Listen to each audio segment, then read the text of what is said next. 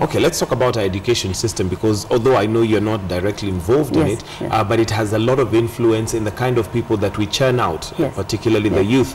And one of the complaints you'll hear from the business side is that we have a very, I don't want to call them irresponsible, but we have a great number of youth who just are not as responsible as would be expected. What do you think of our education system currently and the kind of people it churns out?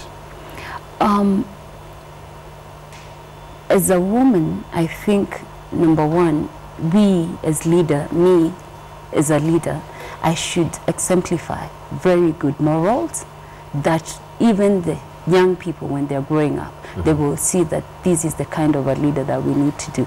We also don't want to advocate for things, bad things that are happening on social media. I believe they're not good for the young people, and especially being exposed, like what we saw about the lady who had photos, naked photos on TV, on social media.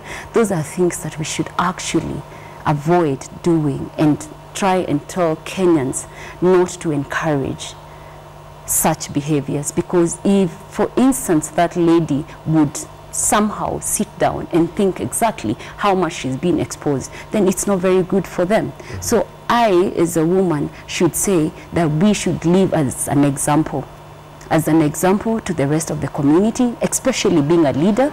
Make sure that whatever we do is something that even if it went out there, the growing child will actually not be embarrassed about it. Okay. Yes. How do you think, now that you're nominated by Jubilee, how do you think the government has performed so far in those years that they've been in? Extraordinarily good. Yes. And especially knowing that the president has advocated for the two-thirds gender. Which has not happened. Yes. So it hasn't. How is it very good? You know, it is.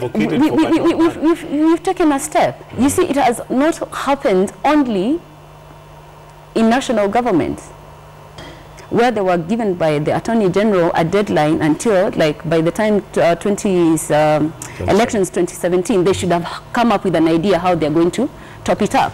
But now, in devolved government, we already have, out of 127 members of county assembly, 47 are nominated. So in the county levels, it is happening. And recently we were at 9% gender, now we're at what, 30%? Going 30%, I think. So we are actually headed there. We only take a step at a time, and we are going towards achieving that.